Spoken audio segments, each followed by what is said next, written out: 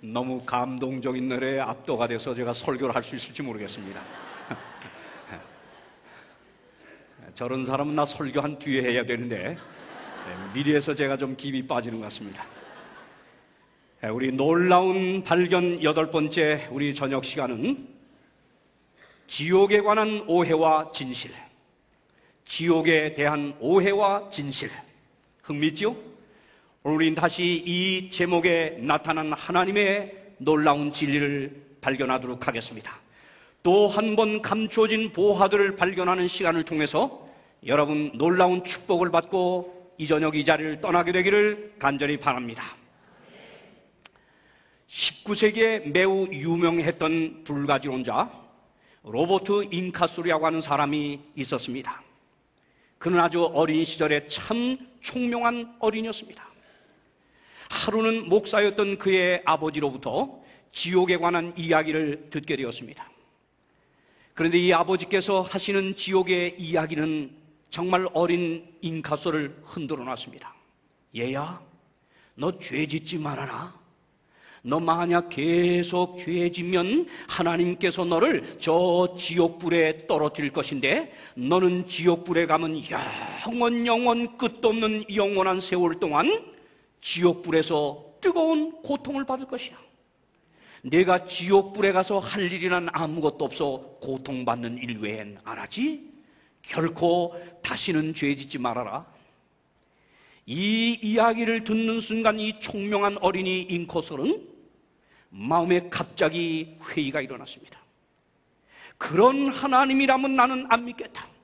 그런 하나님은 있어서도 안 되고 없다 하면서 그의 마음속에 점점 이 회의가 자라나면서 하나님에 대한 거부하는 마음이 생기기 시작했고 끝내는 이는 불가지론자의 길을 걷게 되었습니다. 그러면서 그는 평생 동안 하나님을 공격하고요, 이 기독교를 공격하는 삶으로서 평생을 살다가 죽었습니다. 잉카소를 이렇게 빗나가게 하였던 이 잉카소의 아버지, 이 목사님의 이야기, 이것은 비단 그 아버지의 이야기만은 아니었습니다. 잉카소를 빗나가게 하였던 그 시대의 대부분의 유명하다고 하는 이 부흥사들의 설교의 내용이 뭐였느냐? 거의 지옥에 관한 설교를 많이 했다고 하는 것입니다. 특별히 18세기에 그 유명한 설교가, 부흥설교가 요나단 에드워드요. 그가 진노한 하나님의 손안에 있는 이 죄인들이라고 하는 이 제목으로 설교를 하면서 이 교인들에게 죄의 의식을 깨우치고자 아주 강력한 음성으로 그는 말하기를, 여러분이 계속 죄를 짓고 이 죄를 버리지 않으면 앞으로 여러분 저 지옥불에 가서 영원 끝도 없이 고통을 받을 터인데, 여러분이 거기서 하나님에게 아무리 자비를 구해도 하나님은 듣지도 아니할 것이고 오히려 고통받는 여러분을 보고 비우실 것입니다. 이게 그의 한 설교의 내용이었습니다. 그런데 그 설교집 가운데 보면 바로 이와 같은 지옥에 관한 설명하는 내용이 나옵니다. 볼까요? 여기 이렇게 나옵니다. 오래전에 사망한 악인들의 영혼은 지옥에 가서 아직도 그곳에 머물러 끝도 없는 고통을 받아오고 있습니다. 그 고통받는 일 외에 그들이 그곳에서 할 일이란 아무것도 없습니다. 불의 큰 파도가 그들 위에 넘실대면 그 머리와 눈, 혀, 허리와 그들의 전신이 영원히 벌겋게 녹아 흐르는 불꽃, 바위라도 녹이는 불꽃 속에 휩싸여 가장 예민한 감각으로 괴로워할 것입니다. 단 한순간, 단 하루, 단 한 세대, 혹은 두 세대, 혹은 100년, 아니 수억 년을 두고 영원히 끝도 없이 그리고 지옥불에서 고통을 받을 것입니다. 이게 그 유명했던 요나단 에드워드 부흥사의 설교집 가운데 나오는 이야기입니다. 여러분, 이렇게 잉카소를 빛나게 하였던 그 시대적 분위기는 그때로만 끝나지 않고 있습니다. 요즘 여러분이 저 서울역 광장을 간다거나 이 공공장소에 가보면 종종 가슴에다, 등에다 피켓을 걸고 또 때로는 들고 예수 천국 또 뭐요? 불신, 지옥. 예수 안 믿으면 지옥 간다. 반협박식의 전도 아닌 전도를 하면서 이렇게 하는 사람들을 보노라면 우리 자신도 하나님에 대한 거부감이 은근히 생기게 되는 것입니다. 저도 어릴 때요, 이 친구 따라 크리스마스 시즌에 몇 번 그 교회를 한번 가본 적이 있는데 아직도 제 기억에 잊혀지지 않는 그 주일학교 선생 얘기. 얘들아, 죄 짓지 마라. 니들 죄 지면 지옥불에 떨어져서 영원히 고통받고 또 끓는 기름가마에 들어가고 또 너희들 그 지옥불에서 한참 달궈지면 꺼내서 끝도 없는 바늘방 속에 굴리면 아있다고 고통할 것이다. 절대 죄 짓지 마라. 여러분, 그런데 이런 지옥, 영원 지옥서에 관한 이 이야기는 본래 기독교의 이야기가 아니었습니다. 이것은 이교 문화권에 퍼진 얘기로 이교 문화권에서 만들어진 이야기였는데 이 이교에서 만들어진 이야기, 이교에 퍼진 이야기가 여러분, 이 헬라의 철학자들에 의해서 이런 것들이 잘 정리되고 정립된 이 이야기가, 이 설이 기독교 안에 살며시 침투해 들어와가지고 어느샌가 로마 카톨릭을 통해서 이 개신교 대부분의 교회에 이 사상이 퍼졌는데 이교의 사상, 성경이 가르치지 아니한 이 사상을 오늘도 막연히 믿고 가르치고 따라가는 것은 정말 유감이 할 수 없습니다. 여러분, 영원 지옥설을 만약에 믿는다고 한번 가정을 하면, 믿는다고 하면 아주 큰 모순에 봉착하게 됩니다. 이제 어떤 모순에 봉착하는 거 보십시오. 자, 첫째, 우리가 성경에서 배우는 하나님은 정말 사랑의 하나님이십니다. 아들을 독생자까지 주시면서 십자가에 내어주면서 이 죄짓고 하나님을 반역하고 떠나간 이 인생들을 구원하시는 이 하나님은 정말 청량할 수 없는 사랑의 하나님이십니다. 이런 사랑의 하나님이고 또 이 하나님은 사랑의 하나님일 뿐만 아니라 모든 악과 불의를 심판하실 때 하시되 정말 아주 완전한 공의로 심판하시는 공의 하나님이십니다. 이 십자가에서 보여진 이 하나님의 속성은 사랑과 공의가 함께 나타나는 것인데, 그리고 우주, 이 하나님 나라 우주 보좌의 기초는 바로 의와 공평, 하나님의 공의라는 것입니다. 그런데 하나님이 성경에 그렇게 우리에게 보여주고 또 그런 하나님을 우리는 가르쳤고 배웠는데 말입니다. 자, 그렇다면 영원 지옥설을 가르치고 믿는 사람들은 어떤 모순에 빠지느냐? 아니, 그런 하나님이 짧은 70평생, 80평생, 60평생 살다 지은 죄를 가지고 그 공의롭다고 하는 하나님, 사랑인 하나님이 그 한평생 살다 지은 죄를 가지고 그 사람을 지옥에 내서 벌을 주기를 70년도 아니고 700년도 아니고 7000년도 아니고 영원 끝없는 영원한 세월 벌을 준다고요?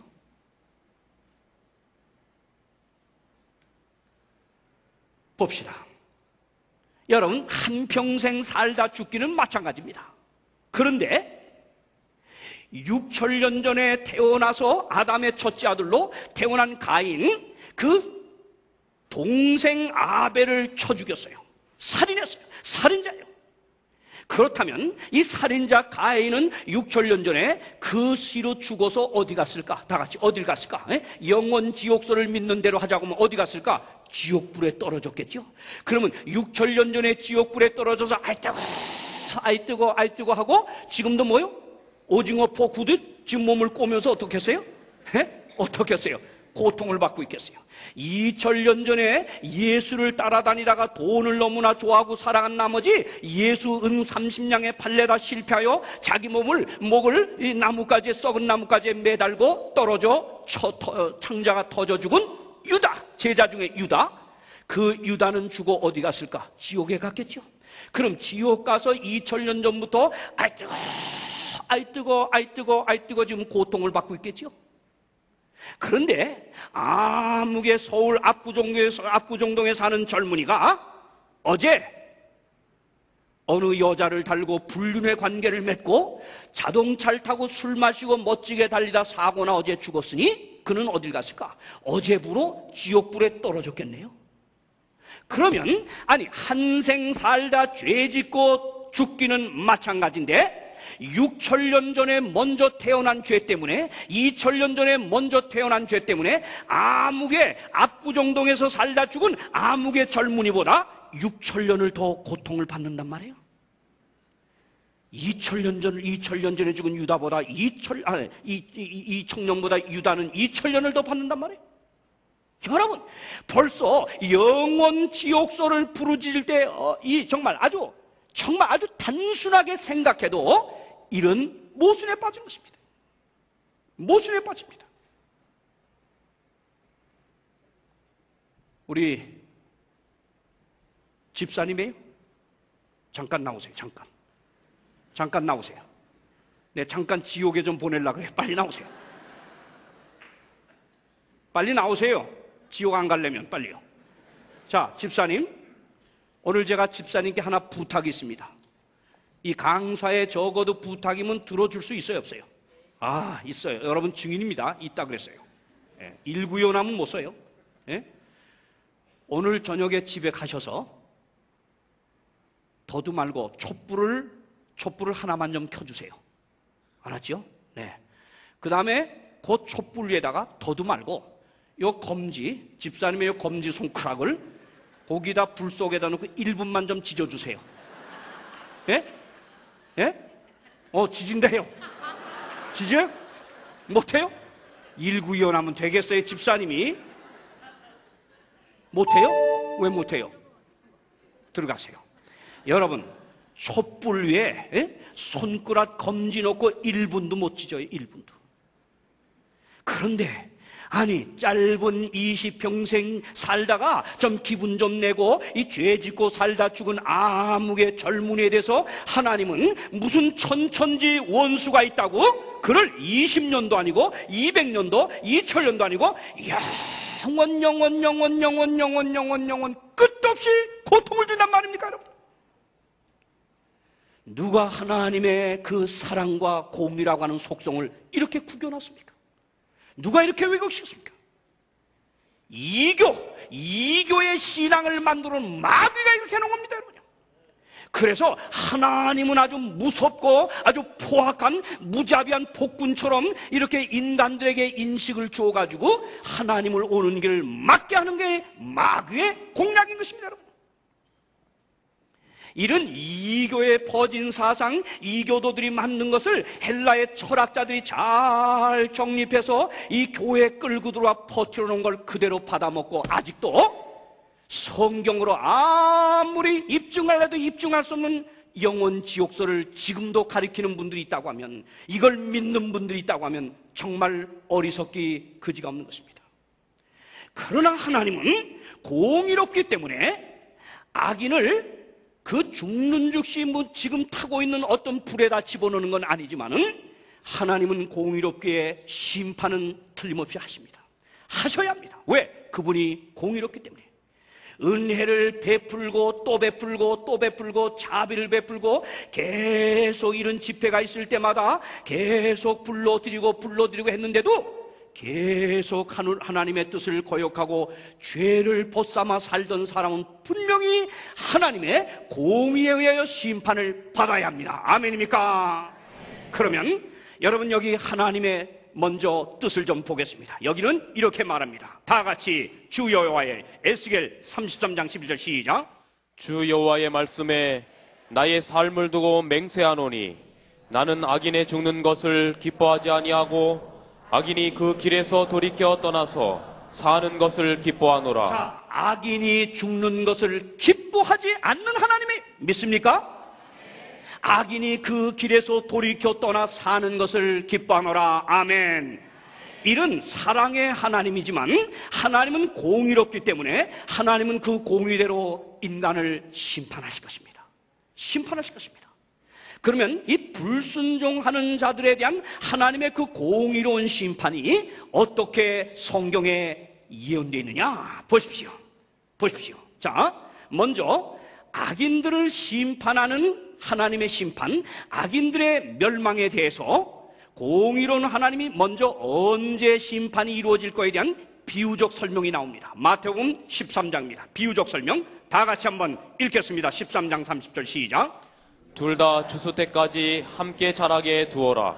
추수 때에 내가 추수꾼들에게 말하기를 가라지는 먼저 거두어 불사르게 단으로 묶고 곡식은 모아 내 곡간에 넣으라 하리라. 둘 다, 악인이나 의인이나 둘 다 어느 때까지요? 추수 때까지는 가만히 자라게 둬라. 추수 때에 내가 추수꾼들의 말하기를 가라지, 악인의 상징입니다. 가라지, 악인은 먼저 거두어 뭐요? 불사르게 뭐 한다? 이거 봐요. 왜? 가라지가 나오는 순서대로 불구덩이에 넣는다고 아니고 먼저 가라지를 단으로 묶는 일을 먼저 하겠다. 언젠가 한꺼번에 태운다는 소리입니다. 잘 들으세요. 그 다음 여기 13장 37절 40절 마태복음 대답하여 가라사대 좋은 씨를 뿌리는 자는 인자여 받던 세상이요 좋은 씨는 천국의 아들들이요 가라지는 악한 자의 아들들이요 가라지를 심은 원수는 마귀요. 다 같이 추수 때는 언제라? 세상 끝이요. 언제라? 세상 끝이요. 추수 때까지는 가만둬라. 여러분, 세상 끝이 나기 전까지는 악인들에 대한 심판도 없고 의인들에 대한 보상도 없습니다. 아멘? 세상이 일단 끝나야 합니다. 끝나야 합니다. 보십시오. 여기 욥기의 설명은 또 이렇게 말합니다. 욥기 21장 32절은 그를 무덤으로 메어가고 죽은 사람을 사람이 그 무덤을 뭐 하리라? 먼저 이거 봐요. 지키는 일이 먼저 있다는 겁니다. 그 다음 보시면 이렇게 또 말합니다. 욥기 21장 30절 악인은 남기어서 멸망의 날을 뭐요? 기다림이 된다. 멸망의 날을 맞으러 끌려나감이 된다. 나오는 즉시 순서대로 지옥불에 집어넣는 게 아니라 먼저는 뭐요? 기다리는 시간이 있어요. 기다리는. 아멘? 이게 바로 성경의 악인들에 대한 하나님의 심판의 시간적 표현입니다. 그런데 영원 지옥설에 이 근거로 사용하는 성경절이 있습니다. 잘 보세요. 이 세 가지 성경절에 걸려 넘어지는데 이겁니다. 자, 영원 지옥설을 주장하는 사람마다 이 성경절들을 갖다 댑니다. 잘 보세요. 이것 보면 있는 것 같아. 보세요. 마태복음 25장 41절은 또 왼편에 있는 자들에게 이르시되 저주를 받은 자들아 나를 떠나 마귀와 그 사자를 위하여 예비된 다 같이 어디에 들어가라? 영영한 불에 들어가라. 아, 있긴 있구나. 영영한 불이 있긴 있구나. 잘 들으세요. 손에 키를 들고 자기의 타작마당을 정하게 하사 알곡은 모아 곡간에 들이고 쭉정이는 다 같이 뭐요? 꺼지지 않는 불에 누가복음 태우시리. 3장 17절 뭐요? 꺼지지 않는 불에 태우리라. 아, 꺼지지 않는 불, 영영한 불이 있긴 있구나. 그 다음 계시록 20장 10절은 또 저희를 미혹하는 마귀가 불과 유황못에 던지우니 거기는 그 짐승과 거짓 선자들도 있어 다 같이 뭐요? 세세토록 밤낮 뭘 받으리라? 이걸 보니까 영영한 불, 꺼지지 않는 불에서 세세토록 밤낮 괴로움을 받는다. 이쯤 되면 영원 지옥설이 성립이 돼야 안 돼? 돼야 안 돼요? 돼야 안 돼요? 이분 뒀다들 뭐 하는 거에도 돼요 안 돼요? 어디 위성 사이트에 있는 분 돼요 안 돼요? 된대네. 저거 봐요. 저렇게들 하셔야지. 되지요? 되긴 뭐가 돼요? 잘 보세요. 보십시오. 여기 영영한 불, 영원한 불이라고 하는 이 의미부터 먼저 이해합시다. 의미를 이해하고 성경절로 이게 시간적으로 영원하지 않다는 걸 제가 입증을 하겠습니다. 그럼 되겠죠? 성경절로. 아멘? 여기 영영하는 헬라어 아이오니오스라고 말해서 나오는데 이 단어는 한 세대 지속하는 이란 뜻입니다. 일생이라고도 정의합니다. 그런데 이 단어는 사용되는 대상에 따라 달라집니다. 영원하신 하나님께 적용될 땐 시간적으로 영원한 의미를 갖지만 유한한 인간에게 적용될 땐 일생을 의미합니다. 또한 의인들에게 적용될 때는 영생, 악인들에게 적용될 때는 그 죽음의 결과가 영원하기 때문에 영멸, 이렇게 의미합니다. 한정기간을 의미하기도 하는데요. 자, 유다서 7절, 요건 잠시 후에 성경절로 입증을 해드리겠습니다. 자, 꺼지지 않는 불이라고 하는 의미가 뭐냐? 이게 뭐냐? 문자, 이 문자 잘 보세요.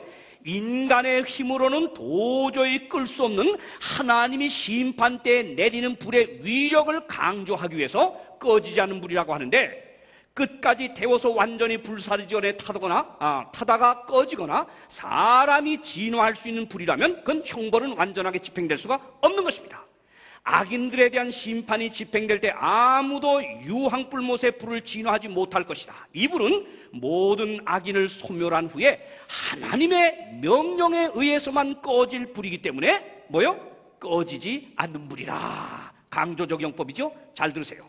세세토록이라고 뭐냐? 세세토록, 영원한 불과 같이 하나의 길이를 나타내는 것 같은데요, 요한계시록 20장 9절, 오늘 이제 결론이 나옵니다. 여기 보면 끝내 하늘에서 불이 내려와가지고 마지막에 둘째 부활로 일어난 모든 악인들, 마귀, 천사까지 다 소멸시킨다고 합니다. 성경에 오늘 결론에 나옵니다. 소멸한다고 합니다. 계시록 20장 9절의 마지막에 모든 둘째 부활로 일어난 악인들이 끝내 소멸되고 우주는 죄에서 완전히 정결함을 받게 됩니다. 그럼 소멸된다고 하는 것이 사실제인데, 여기 세세토록이란 말이 뭐냐? 그때 떨어진 유황불못에서 잠깐만 고통을 받을지라도 그 고통의 농도가 어마어마하기 때문에 그 고통의 농도를 강조하기 위해서 세세토록 괴로움을 받는 거로 강조를 하는 용법이라 이 말입니다. 아멘. 자, 그렇다면 이제 성경절로 입증을 합시다. 이런 말들이 시간적으로 영원하지 않고 강조적 용법임을 이제 증명합시다. 다 같이 유다서 1장 7절, 소돔과 고모라, 시작. 소돔과 고모라와 그 이웃 도시들도 저희와 같은 모양으로 간음을 행하며 다른 색을 따라가다가 영원한 불의 형벌을 받음으로 아브라함 거울이 때, 되었느니라. 거기 보세요. 아브라함 때 그 간음을 하고 동성연애라고 아주 성적으로 무진장 타락했던 소돔 고모라를 하나님이 심판할 때 유황불을 내렸거든요. 유황불로 그것을 심판할 때 그 내린 불을 성경은 무슨 불이라 그래? 다 같이 무슨 불이라 그래요? 말씀하세요. 무슨 불? 영원한 불. 영원한 불의 형벌을 받았다. 그러면 시간적으로 영원한 불이라면 지금도 타야 돼, 안 타야 돼? 타야 돼, 안 타야 돼요? 근데 타요, 안 타요? 거기 밑에 보니까 뭐예요? 이미 다 재가 되게 했고 꺼졌다 그랬어요. 베드로후서 2장 6절에. 예? 이게 뭐다? 강조적 용법이에요. 강조적. 그 다음 예루살렘 함락에 대한 예언의 이런 말이 나옵니다. 예레미야 17장 27절. 목사님 읽어보세요. 너희가 나를 청종치 아니하고 안식일을 거룩해 아니하여 안식일에 짐을 지고 예루살렘 문으로 들어오면 내가 성문에 불을 놓아 예루살렘 궁전을 삼키게 하리니 그 불이 꺼지지 아니하리라 하셨다 할지니라. 예루살렘 멸망을 지금 예레미야가 예언하면서 이제 거기에 불이 임할 텐데 그 불이 뭐하지 아니하리라? 꺼지지 아니하리라. 뭐하지 아니하리라? 꺼지지 아니하리라. 그런데 이미 옛날에 바벨론에 불이 내려서 바벨론에 망할 때 예루살렘 성전은 이미 불에 다 타서 없어졌어요. 어디? 꺼지지 아니하리라. 그런데 저게 시간적으로 꺼지지 않는 불이면 지금도 안 꺼져요. 지금도 타야 돼, 안 타야 돼요? 그런데 꺼졌어요, 안 꺼졌어요? 그런데 꺼지지 않는다고 한 말이 뭐다? 강조적 용법. 하나님이 내린 불은 하나님의 명에 의하지 않으면 아무도 끌 수 없는 불이라 이겁니다. 아멘? 자, 그 다음에 여기 보십시오. 그렇다면 이미 증명은 됐고요. 하나님은 공의로우십니다.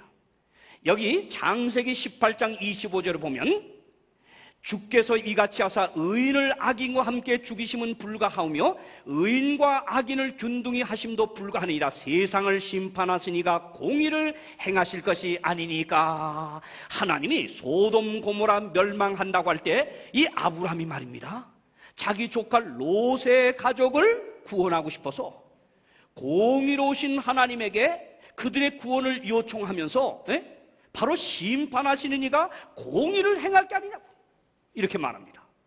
욥기 8장 3절에서는 하나님이 어찌 심판을 굽게 하겠느냐. 요한계시록 11장에서는 19장 11절이요. 거기는 공의로 심판하사 이렇게 나옵니다. 하나님은 분명히 공의롭기 때문에 악인이나 의인이나 모두를 공의롭게 할 것입니다. 이 세상에서 억울하게 죽어간 사람에 대한 하나님의 심판은 정말 공의로울 것입니다. 그렇다면 공의로우신 하나님이 우리 사람들을 심판하는데 어떻게 하느냐? 두 종류가 나옵니다. 요한복음 5장 28, 29절에 보면 이를 기이 여기지 말라. 무덤 속에 있는 자가 다, 그 다음 말씀하시는 분, 다 악인이나 의인이나 다, 그 다음 뭐요? 다 그의 음성을 들을 때가 오나니, 그 다음 선한 일을 행한 자는 무슨 부활이요? 생명의 부활로. 그 다음에 악한 일을 행한 자는 무슨 부활로? 심판의 부활로 나오리라. 이거 보니까 분명히 하나님의 심판은 둘로 갈라집니다. 두 종류의 부활로 갈라집니다. 그리고 죽음은 두 종류의 죽음이 있습니다. 잘 보십시오. 잘 보십시오. 그럼 이 공의로우신 하나님의 심판에 의하여 갈라지는 이 두 종류의 죽음과 이 두 종류의 부활이 언제 어떻게 집행이 되는가 한번 보십시다. 예수께서, 이게 소리가 나오게 되는데 안 나옵니다. 자, 예수께서, 자 봅시다. 계시록 1장 7절 다 같이 한번 읽겠어요. 다 같이 시작. 볼지어다 구름을 타고 오시리라. 각인의 눈이 그를 보겠고 그를 찌른 자들도 볼터이요 땅에 있는 모든 족속이 그를 인하여 애곡하리니 그러하리라. 아멘. 뭐라요? 볼지어다 구름을 타고 오시리라. 각인의 눈이 그를 보겠고 그를 찌른다도 볼터요 땅에 있는 모든 족속입니다. 의인이나 악인이나 모든 족속, 모든 사람이 예수 그리스도의 재림을 목격할 터인데, 예수의 재림은 세상 역사의 끝입니다. 세상 역사의 끝이 될 예수님의 재림으로 인해 가지고 악인들을 향한 심판이 이루어지고 의인들을 향한 보상이 이루어집니다. 그리고 우리 인류를 지금까지 미혹해온 루스벨 천사와 그의 부하들, 그 천사, 타락한 천사들에 대한 또 하나님의 심판이 시작됩니다. 예수의 재림, 세상 끝날에 이루어질 이 심판이 어떻게 전개되는가, 이제 성경으로 잘 보시기 바랍니다. 지금 우리 현재 시간 여기에 와 있습니다. 이제 머지않아 영광 중에 이 세상에 강림하실 예수의 재림은 세상 역사의 끝날이 될 겁니다. 그런데 이 재림하실 때 제일 먼저 일어나는 사건이 뭐냐? 죽은 의인의 부활이 먼저 있습니다. 자, 예수 안에 신실히 믿고 살던 사람들에 대한 심판, 보상입니다. 다 같이 데살로니가전서 4장 16절 읽읍시다. 시작. 주께서 호령과 천사장의 소리와 하나님의 나팔로 친히 하늘로 쫓아 강림하시리니 그리스도 안에서 죽은 자들이 먼저 일어나고. 네, 주께서 호령과 천사장의 소리와 하나님의 나팔로 친히 하늘로 쫓아 강림하실 때 일어나는, 재림의 때 일어나는 첫 번째 사건, 다 같이 뭐요? 그리스도 안에서 죽은 자들이 먼저 뭐 하겠다? 일어나고. 먼저 뭐 하겠다? 일어나고. 이게 바로 뭐요? 첫째 부활입니다. 이게 첫째 부활입니다. 여러분, 이 첫째 부활이야말로 이 기독교 존재의 확실한 의미요, 오늘 홍명관 목사가 이렇게 땀을 흘리며 이 복음을 전하는 의미가 저 첫째 부활, 주 안에서 죽는 자들이 먼저 일어나는 저 약속이 있기 때문입니다. 기독교의 최고의 소망, 예수께서 영광 중에 오실 때 우리와 헤어졌던 믿음의 가족들, 믿음의 식구들이 영원히 썩지 아니할 영광의 몸으로 부활하여 우리와 재회하는 것, 이 소망이 없다면 제가 왜 이렇게 외치겠습니까, 여러분? 여러분도 들을 이유가 없는 것입니다. 우리 재림의 때 의인들의 부활의 사건, 영광스러운 이 일이 일어날 때 여러분 거기 모두 있게 되기를 간절히 바랍니다. 두 번째 재림의 때 일어나는 사건은 의인들의 승천입니다. 다 같이 4장 17절 데살로니가전서 4절 전서 시작. 그 후에 우리 살아남은 자도 저희와 함께 구름 속으로 끌어올려 공중에서 주를 영접하게 하시리니. 첫째 부활로 일어난 의인들하고 그 다음에 이제 그때까지 살아남았던 사람이 변함을 입어가지고 다 같이 어디로 가요? 어디로? 공중으로 이끌립니다. 저 공중에 와서 머물 겁니다, 예수님. 그러므로 우리 예수님이 땅에 와서 뭐 사람을 구원해 가는 것처럼 이 땅에서 여러분 내가 구세주다 그러면 그건 다 뭐 거짓말입니다. 예수님은 공중에 머물 겁니다. 이래서 이제 의인들의 승천이 있고요. 세 번째, 예수님의 재림의 때 일어나는 또 하나의 일입니다. 자, 데살로니가 후서 1장 7절로 9절 다 같이 시작. 주 예수께서 저희 능력의 천사들과 함께 하늘로부터 불꽃 중에 나타나실 때에 하나님을 모르는 자들과 우리 주 예수의 복음을 복종치 않는 자들에게 형벌을 주시리니 이런 자들이 주의 얼굴과 그의 힘의 영광을 떠나 영원한 멸망의 형벌을 받으리로다. 의인들은 영광스러운 몸으로 변화되어 이제 이끌려 올라가면 악인들은 무슨 일이 있어요? 여기 보세요. 악인들은 하나님을 모르는 자들 누굽니까? 아예 하나님의 말씀 복음에 관심을 두지 않는 사람들입니다. 아무리 초청을 하고 아무리 가르치려고 해도 영 관심을 쏟지 않는 자, 그들이 하나님 모르는 자입니다. 그 다음에 뭐예요? 주 예수의 복음을 뭐 하지 않는 자요? 복종치 않는 자입니다. 이런 기회에 가족들이 이끌고 친구들이 인도해서 이 놀라운 복음을 가르쳐 주는데도 불구하고 듣긴 들었어요. 배우긴 배웠어요. 마음의 감동도 받았어요. 침례를 받으라고는 권면도 받았어요. 그런데 이런저런 세상의 이유를 달고 순종치 않은 자입니다. 결심하지 않은 자입니다. 오늘 여러분 이번 교회 여기 오셨던 분 가운데 아직도 이런저런 세상 생각으로 결정하지 못한 분은 미루지 마시고 오늘 복음의 초청에 순종하기를 바랍니다. 이런 자들은 산들아 바위들아 내게 떨어져 저 어린 양의 보좌에서 나오는 어린 양의 보좌에서 또 어린 양의 얼굴에서 비치는 영광의 빛에서 나를 가리워달라. 그리고 죽게 해달라고 비극을 절규하며 죽는다 그랬습니다.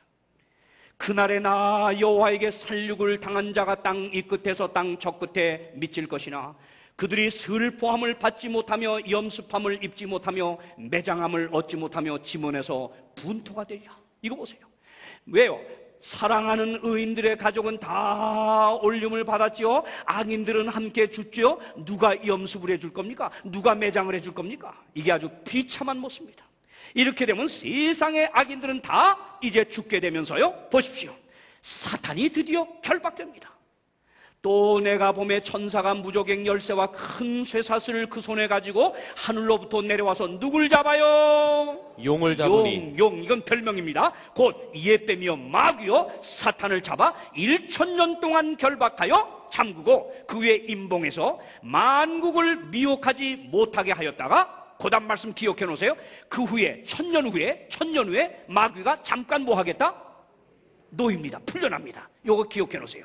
여러분 마귀는 예수께서 재림하는 날 의인들은 다 하늘로 올려주고 악인들은 다 이제 죽어 있을 때 이 세상에 결박된다는 말이 뭐냐? 환경에 결박되는 겁니다. 의인들은 하늘로 갔지요. 악인들은 다 죽어 있지요. 자, 이제 미혹할 대상이 있어요, 없어요? 있어요, 없어요? 만국을 미혹하지 못합니다. 그래서 환경에 얽매이는 겁니다. 이래서 결박됐다는 겁니다. 그러다가 천년이 참은 왜 놓이느냐? 악인이 천년 후에 둘째 부활로 일어나거든요. 이 보십시오. 자, 그러면 이렇게 돼서 예수 재림의 때에 일어날 네 가지 사건을 우린 봤고, 재림하자마자 이제 악인들이 부활할 때까지 천년이라고 하는 기간이 있는데요. 천년기에 그러면 어떤 일이 일어나냐? 천년기 동안은 다 같이 뭐요? 악인들이 죽은 대로 천년 동안 있습니다. 그 나머지 죽은 자, 모든 악인들이죠. 얼마가 차기까지 살지 못하더라? 1000년이 차기까지. 그럼 이 말은 뭐예요? 천년이 차면 뭐 한다는 말이에요? 산다는 말이죠. 그때까지는 살지 못한다니까 천년이 차면 산다. 이게 둘째 부활입니다. 자, 두 번째는 사탄이 결박이 천년 동안 계속됩니다. 마귀요 사탄이라 잡아 얼마 동안 결박한다? 1000년 동안. 1000년. 그러다 잠깐 놓입니다. 자, 성도들의 이제 뭐가 시작돼요? 예, 이게 무슨 말이냐?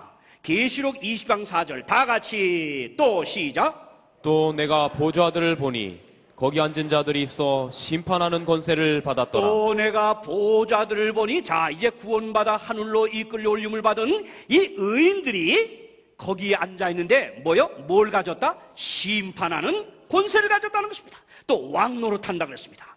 다시 말하면 멋진 하늘의 천년기 휴가를 즐기는 것입니다.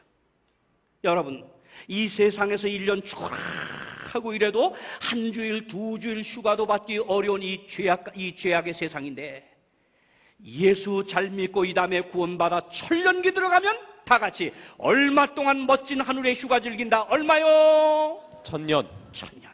함께 갑시다. 여러분, 저는 몇 년 동안 얼마나 해마다 바쁘게 사는지 거의 휴가다운 휴가를 제가 해보질 못합니다. 금년에도 정말 바빴습니다. 제가 금년에 정말 하루도 아직 휴가를 못했습니다. 하루도 공식적인 휴가 하루도 못했습니다.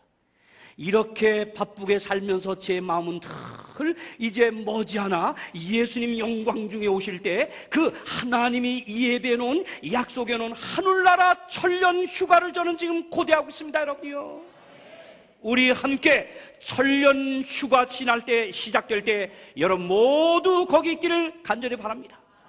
근데 거기서 뭐예요? 심판하는 권세를 가졌다 그랬는데 여기 이렇게 말했습니다. 고린도전서 6장 2절 3절은 성도가 세상을 판단할 것을 너희가 알지 못하느냐? 우리가 천사를 판단할 것을 알지 못하느냐? 이거 보세요. 우리 구원받은 의인들이 하늘나라 가서 구원받지 못한 악인들 심판하고 또 천사들까지 심판한다는데 악한 천사들이요. 어떤 사람은 이렇게 물어요. 아니 이미 운명 다 결정됐는데 하나님이 구원받을지 안 받을지 했는데 무슨 심판이냐고. 그러나 보십시오. 심판은 누구를 위한 것이냐? 첫째는 악인과 의인을 심판하신 하나님의 심판이 얼마나 의롭고 공의롭다고 하는 하나님의 공의를 드러내기 위한 것이 이 심판의 첫 번째 목적이고, 두 번째는 여러분과 저 피조물, 여러분과 저의 마음의 의문을 풀어줘야 하는 것입니다. 다시 말하면 그저께 제가 설교한 나 같은 죄인 살리려 누굽니까? 존 뉴턴이라고 하는 분, 그 목사님이 작사한 노래 우리 함께 그날 불렀지요. 그분이 본래 노예상이었어요. 아주 악한 노예상이었어요. 그리고 아주 방탕한 탕아와 같은 삶을 살았었어요.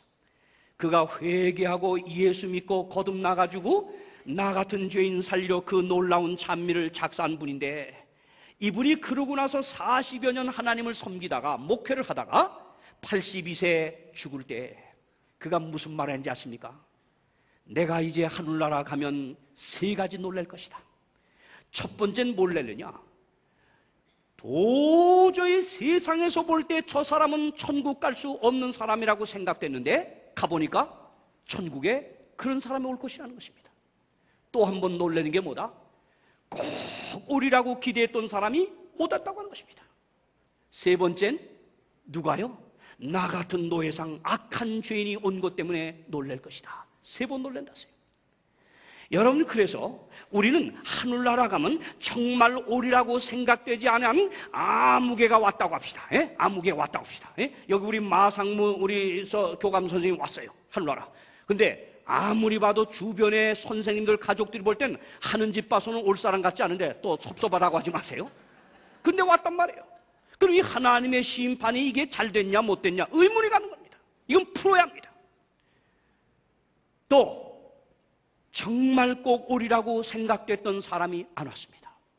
여러분의 사랑하는 가족, 때로는 목사, 장로, 이렇게 매일 저녁 땀을 뻘뻘 흘리면서 열변을 토하며 이 하늘나라의 보화를 여러분 앞에 가르친 이 홍명관 목사에게 여러분이 하늘나라 가서라도 이제 좀 감사를 해야 되겠다 하실 분이 여기 아마 있을 겁니다. 여기선 못해도. 그런데 막상 가서 둘러보니까 그 아담하게 생긴 홍명관 목사가 보여 안 보여? 안 보여? 누가 그랬어 지금 안 보인다고요? 좋아요. 안 보인다고 합시다. 안 보인다고 합시다. 그럼 홍명관 목사가 하늘나라에 안 모이면 여러분이 거기 와서 나를 정말 그렇게 성경으로 잘 가르쳐줘서 내가 여기까지 왔는데 이 목사가 왜 못 왔지? 도대체 하나님의 심판이 의로운가? 아닌가? 여러분이 의문이 갈 겁니다. 그때 홍명관의 모든 삶을 여러분이 살펴본 때, 이래서 못 왔구나. 이래서 못 왔구나. 또 그렇다고 내가 무슨 비밀인 줄 알고 착각하지 마세요. 예? 여러분, 이렇게 해서 하늘나라에 가서 우리가 심판하면 모든 오해도 풀리고 하나님의 심판은 정말 의롭다는 것이 증명될 것입니다. 그러므로 때가 이르기 전, 고린도전서 4장 5절에 주께서 오시기까지 아무것도 뭐 하지 마라? 판단하지 말라세요. 누구 저 구원받을 것 같아? 저 사람은 구원받을 것 같아. 저 하는 꼴 보니 저 장로는 구원 못 받을 것 같아. 이런 소리 하지 말라야 돼. 왜? 하나님의 공의로운 심판이 이루어지면 우리가 하늘나라에서 다 확인할 것이기 때문에 지금 하지 말라 이거예요. 아멘? 주 하나님 전능하신 이시여 심판하는 것이 참되고 의롭도다. 이렇게 마지막 모든 구원받은 의인들이 천년기 동안 심판을 마치고 나면 하나님의 의로운 심판을 노래할 것입니다, 여러분이요. 이제 그러면 천년기가 끝납니다. 천년기가 끝나면 이내 이루어지는 일이 무엇일까요? 신랑을 위하여 단장한 신부같이 아름다운 이제 하늘의 예루살렘이 여기 내려온다 그러죠. 내가 봄에 거룩한 성 새 예루살렘이 하나님께로부터 하늘에서 내려오니 그 예비한 것이 신부가 남편을 위하여 단장한 것 같더라. 보십시오. 드디어 예수 그리스도와 새 예루살렘 그리고 하나님의 백성들이 하늘에서 내려옵니다. 이 지구에 하나님의 거룩한 성 예루살렘이 자리를 잡기 위하여 내려옵니다. 이 성은요, 대한민국 땅덩어리만큼 큰 금도성이요, 12보석으로 갖춰진 하늘 도성이요. 이 땅에 자리 잡는다는 걸 보니까 분명히 우주의 수도, 하나님이 함께 계시는 이곳이 바로 우주의 수도 같아요. 왜? 계시록에 보니까 21장에 만국이 그리로 통한다 해서 만국이, 온 우주의 거민들이 예루살렘을 통한다. 우주의 분명히 수도가 될 것이라고 생각되는 이 지구 땅이 예루살렘 성을 맞이할 때 여러분과 제가 거기 있기를 바랍니다. 천년이 찼습니다. 드디어 예루살렘이 내려올 채비를 갖출 때 마귀가 풀려납니다. 그리고 또 뭐요? 악인들이 부활합니다. 여기 보세요. 천년이 참에 사단이 옥에서 놓여 나와 땅의 사방 백성 곡과 마곡을 미혹한다. 이건 뭐요? 천년 동안 살지 못하게 했던 악인들이 살아나는 겁니다. 바다 모래같이 많다고 그랬습니다. 보세요. 여기 곡과 마곡이라고 하는 것은 에스겔 38장 1절로 2절에 나오는 말인데요. 이것은 이스라엘 북쪽에 위치해 있으면서 하나님의 백성들을 대적하고 괴롭히던 이 지옥과 왕들을 가리킵니다. 자체적으로는 곡과 마곡을 땅의 사방 백성이라고 추속하고 있듯이 종말적으로는 뭐다? 구원받지 못한 모든 사람들, 둘째 부활로 일어난 바다 모래같이 많은 사람을 여기 곡과 마곡으로 묘사하고 있습니다. 사탄이 결박에서 풀려난다 그랬죠? 천년이 차니까 풀려났습니다. 이제 만국을 미혹할 대상이 생겼습니다. 보십시오. 새 예루살렘을 이제 공격합니다. 마귀가 부활한 모든 악의를 진두지휘하면서 이제 예루살렘을 공격하자. 아마 히틀러가 그리고 김일성 혹부리 영감이 거기다 아마 섞여 있을 것입니다. 그러면서 하늘에서 내려오는 거룩한 성 새 예루살렘을 향해서 다 같이 시작. 저희가 지면에 널리 퍼져 성도들의 진과 사랑하는 성을 두루매. 네, 계시록 20장 9절 그들은 저 하늘에서 내려오는 금도성 예루살렘 성전, 예수님이 함께 오는 그 성전을 공격하자, 탈환하자고 최후의 싸움을 걸 때, 이때 드디어, 이때입니다. 이게 바로 지옥입니다. 자, 이때입니다. 시작. 20장 9절 시작. 하늘에서 불이 내려와 저희를 소멸하고. 이때 하늘에서 불이 내려온다서 불이 내려온다서. 지금 이글 타는 게 무슨 땅구덩이에 있는 것도 아니고 어디에 있는 게 아니에요. 그때 악인들이 둘째 부활로 바다 모래알처럼 많이 일었어요. 그때 불이 떨어지는 것입니다. 소멸한다는 것입니다. 또 저희를 미혹하는 마귀가 불과 유황못에 던지으니 계시록 20장 10절 보십시오. 그 다음에 뭐요? 사단과 악인이 드디어 이제 소멸됩니다. 각 사람이 자기의 행위대로 심판을 받고 사망과 음부도 불못에 던지우니 이것은 둘째 사망 곧 불못이라. 여기 이사야는 이렇게 표현했어요. 37장 10절 30절. 잠시 후에 악인이 없어지리니 내가 그것을 자세히 살필지라도 없으려다. 악인은 멸망하고 여호와의 원수는 어린 양의 기름같이 타서 연기되어 없어지리로다. 악은 소멸되는 것입니다. 소멸됩니다. 없어지는 겁니다. 여러분, 두 사망, 두 부활을 이미 우리는 살폈지요. 생명의 부활, 심판의 부활이 있는데요. 우리가 이 땅에 살다 죽는 건 첫째 사망입니다. 그리고 첫째 부활, 의인의 부활, 생명의 부활은 예수의 재림에 되어 있습니다. 그 다음에 둘째 부활, 악인의 부활, 심판의 부활은 천년기 끝에 있을 것입니다. 이것이 바로 둘째 사망, 영원한 사망입니다.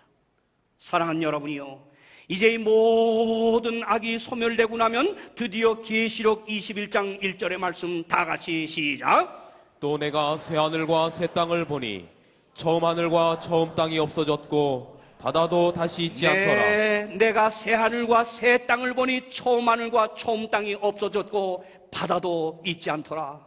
이 공해에 찌들린 세상, 파괴된 세상, 이 세상은 드디어 없어지고 본래 지구, 아름다운 지구로 창조됩니다.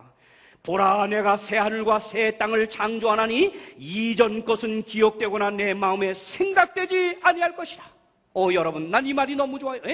여러분, 우리가 새 하늘과 새 땅을 가게 되면, 이제 하나님이 주시면 거기서는 이 세상에 이 더럽고 추하고 일그러지고 찌그러진 그런 생각들이 도저히 나지 않는다고 했습니다. 아멘. 감사합니까? 여러분, 이 세상에서 흉하고 나빴던 생각이 다시 기억되면 어떡하겠습니까? 다시는 기억되지 않는다 그랬습니다. 내가 들으니 보호자에서 큰 음성이 나서 가로되 보라, 하나님의 장막이 사람들과 함께 있음에 하나님이 우리와 함께 거한다. 우주에 수많은 도성들이 있고 거민들이 있지만 하나님이 함께 거하는 도성은 새하늘과 새 땅. 죄를 이기고 구원받은 여러분과 제가 있는 곳에 우리 주님이 함께 계실 것입니다. 사랑하는 여러분이요, 저희는 하나님의 백성이 되고 하나님은 친히 저희와 함께 계셔서 모든 눈물을 그 눈에서 씻기심에 다시는 뭐가 없어요? 사망이 사망, 없고 애통, 곡하는 것, 아픈 것이 다시는 있지 않겠어요. 다시는 장례식 차가 없어요. 앰뷸런스가 없어요. 병원이 없어요. 여러분, 나는 저희 어머님이 암으로 시간마다 그 통증을 호소하는데, 얘야, 고문 이런 고문이 또 세상에 있겠냐. 얼마나 고통스러워하는지. 그래도 저는 그래서 어머니, 끝까지 하나님 앞에 아름다운 모습을 보이셔야 돼요. 아프다고 절대 엄마의 그 어머니의 좋은 신앙 마음 변하면 안 돼요 하면서 계속 고민해야 돼. 끝까지 우리 어머님이 참으면서 그 고통을 이기며 가는 모습을 보면서 저는 정말 아픔이 없는 새하늘과 새 땅에 우리 어머니를 뵙는 그날을 그 시간 고대를 하게 되었습니다. 어린 양, 이리, 사자 모두가 이제는 함께 어울리는 친구 되는 세상이에요. 그곳에는 소경도 없어요. 이제 귀머거리도 없어요. 그 다음에 뭐요? 벙어리도 혀가 풀린다고요. 보세요. 모든 장애 우들에게 있어서 정말 얼마나 희망찬 소식입니까? 모든 불구가 없어지는 그날, 그분들 모두가 있기를 간절히 바랍니다.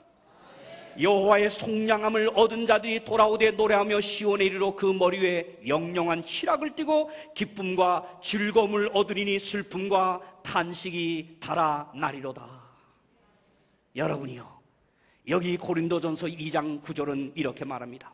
기록된 바 하나님이 자기를 사랑하는 자들 위하여 예비하신 이 하늘나라, 새하늘과 새 땅은 눈으로 보지 못했어요. 귀로도 듣지 못했어요. 사람의 마음으로도 생각지 못함과 같다. 제가 무슨 말로, 무슨 미사역으로 하늘나라를 여러분 설명할 수 있겠습니까? 설명할 수 없습니다.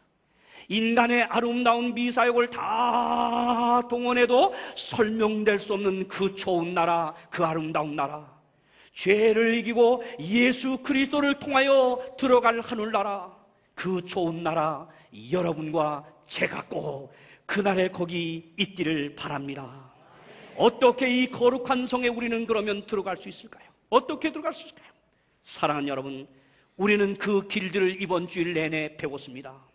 너희가 그리스도께 속한 자면 곧 아브라함의 자손이여 약속대로 유업을 이을 자니라. 하늘나라 새하늘과 새 땅을 거저 유업으로 받을 수 있는 길은 딱 하나입니다. 예수 그리스도, 그분의 십자가의 공로를 힘입어 우리가 주님을 믿는 길 외에는 아무것도 없습니다, 여러분. 예수 그리스도를 믿음으로 거저 주어지는 하늘나라 새하늘과 새 땅을 유업으로 받으십시다. 예수를 힘입어 주님을 영접하여 주님의 자녀가 된 여러분들은 이제 그 나라 유업받을 백성의 자격을 위해서 이제 주님을 받아들이시고 주님께 여러분 자신들을 드리시고 그 다음에 어린 양이 어디로 인도하든지 따라가는 자다. 사랑하는 여러분, 정말 이제 예수를 믿기로 결심하면서 예수를 통하여 예수의 십자가의 공로를 통하여 이 새하늘과 새 땅이 주어진 날 이걸 유업으로 받을 여러분과 저는 이제부터 그분 예수께서 어디로 인도하든지 따라가는 거룩한 삶을 살도록 결심하십시오.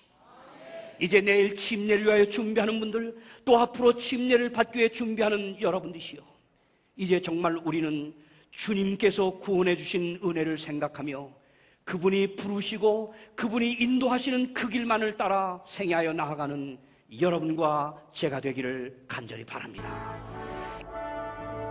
이제 우리 조용히 호소의 찬미를 들으시면서 이제 저와 함께 다시 한번 우리 주님께 마음을 드리고 이름을 드리는 결심의 시간을 갖도록 하겠습니다.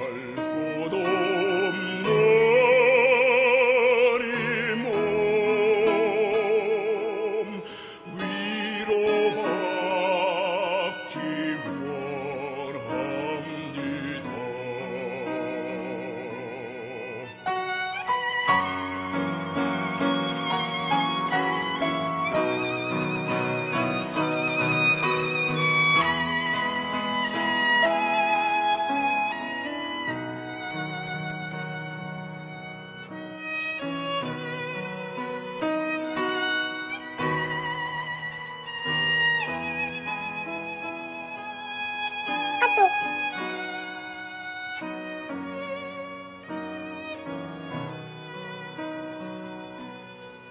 내 모든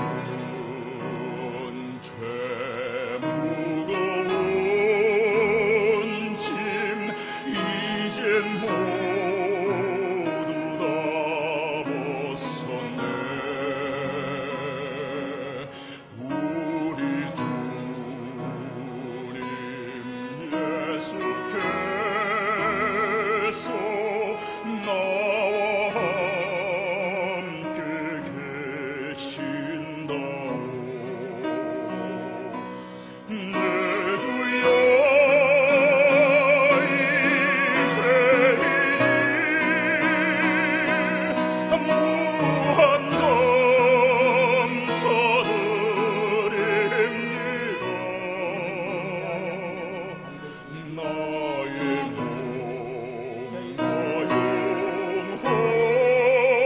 영혼까지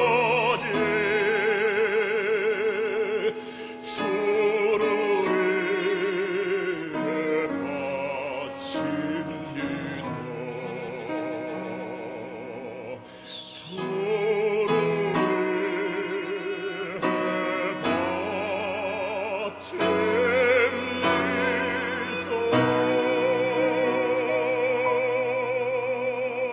사랑하는 여러분, 영국의 거부 피츠 제럴드라고 하는 사람이 있었습니다. 그의 사랑하는 아내는 일찍이 죽었습니다. 그가 그토록 사랑하던 아내가 남겨놓고 간 마지막 그 아들, 외아들, 10살 남짓한 그 아들만 바라보면서 이 피츠 제럴드는 하루하루를 살아갔습니다. 그러던 중 이 아들마저 병들어 죽게 되었습니다. 그는 아픈 마음을 달래기 위해서 세계 곳곳을 돌아다니며 미술품들을 모아들이며 그 미술품들을 소장하기를 시작했습니다. 그것을 취미로 낙으로 삼고 살았습니다. 그러다가 피츠 제럴드도 죽게 되었습니다. 피츠 제럴드가 죽게 되었을 때 그는 유언을 남겼는데 그 어마어마한 재산, 그것을 어떻게 정리해달라고 하는 변호사의 유언을 부탁한 것입니다. 그리고 유언서에 무엇을 남겼냐? 자기가 가지고 있는 그 많은 미술 소장품들을 경매에 붙여달라고 했습니다. 변호사는 그 말에 따라서 드디어 경매를 붙이게 되었어요. 사람들은 먼저 미술 소장품들을 보기 위해서 여기저기서 몰려왔는데 대단한 작품들이 많았습니다. 돈으로 환산할 수 없었습니다. 그런데 바로 그들은 소장품들을 이제 구경을 미리 하면서 얼마에 사야 되겠다, 얼마에 사야겠다 계산들 하고 있었습니다. 드디어 경매의 시간입니다. 변호사가 하나하나 경매하는데 제일 처음 경매를 하는데 그 소장품 중에 제일 보잘것없는 것이었습니다. 그것은 바로 그의 죽은 어린 아들, 외아들, 나의 사랑하는 아들이라고 하는 제목을 가진 그림이었습니다. 그 그림은 시골에 한 지방의 무명 화가가 그린 그림이었습니다. 그것이 처음 경매로 나왔을 때 아무도 그것을 사려고 하지 않았습니다. 그런데 한참 후에 저 뒤에 앉아있던 노인네가 손을 들고 내가 사면 안 될까요? 바로 그 사람은 이 피츠 제럴드의 죽은 아들 어릴 때 돌봐주던 하인이었습니다. 그가 돈은 없었지만 있는 돈을 다 모아서 그 그림을 구입하게 되었습니다. 그림을 구입하자마자 변호사는 경매를 갑자기 중단시켰습니다. 그러면서 피츠 제럴드가 남긴 유언을 선포했습니다. 누구든 내 아들의 그림을 사는 사람이 내 모든 소장품들을 갖도록 해주시오. 이 그림을 선택하는 사람은 내가 가장 소중히 여기는 것이 무엇인지 아는 사람임에 틀림없으므로 모든 것을 가질 충분한 자격이 있습니다. 내 사랑하는 아들이라고 하는 이 남루한 그림을 가장 가치 있게 여기고 자기 전 재산을 털어 샀던 하인 할아버지에게 피츠 제럴드의 어마어마한 재산은 상속이 되었습니다. 사랑하는 여러분, 오늘 하나님께서 여러분과 저에게 하늘나라를 상속하시려고 합니다. 누구에게 하실까요? 피츠 제럴드의 아들, 하나님이 가장 소중히 여긴 것을 소중히 여길지 않은 사람에게 준 것처럼 바로 오늘 여러분과 저에게는 하나님의 아들 독생자를 귀하게 여기고 받아들이는 자에게 하늘나라를 상속해 주겠다고 분명히 약속을 하셨습니다. 하나님이 세상을 이처럼 사랑하사 독생자를 주었으니 이는 저를 믿는 자마다 영생을 얻게 하려 하시며, 인터넷을 통해서 그리고 사이트를 통해서 이 말씀을 경청하신 여러분들이시오, 오늘 여러분에게 있어서 가장 소중하게 선택해야 될 것이 무엇입니까? 무엇입니까? 예수 그리스도가 아니시겠습니까? 하나님의 아들 독생자 예수를 선택하는 자에게 주어질 하늘나라, 새하늘과 새 땅의 상속을 오늘 주님을 선택하심으로 우리 모두 받게 되기를 간절히 바랍니다. 이제 이렇게 마음을 들이시로 작정하신 분들, 내일 침례받기로 결심하고 준비하시는 분들, 이제라도 침례받고자 결심하신 분들, 그리고 이 집회가 끝난 이후에도 침례를 이제 준비하실 분들, 꼭 독생자 예수 그리스도를 선택하셔서 우리 새하늘과 새 땅이 주어질 때 땅을 유업으로 받게 되기를 간절히 바랍니다. 기도하십시다.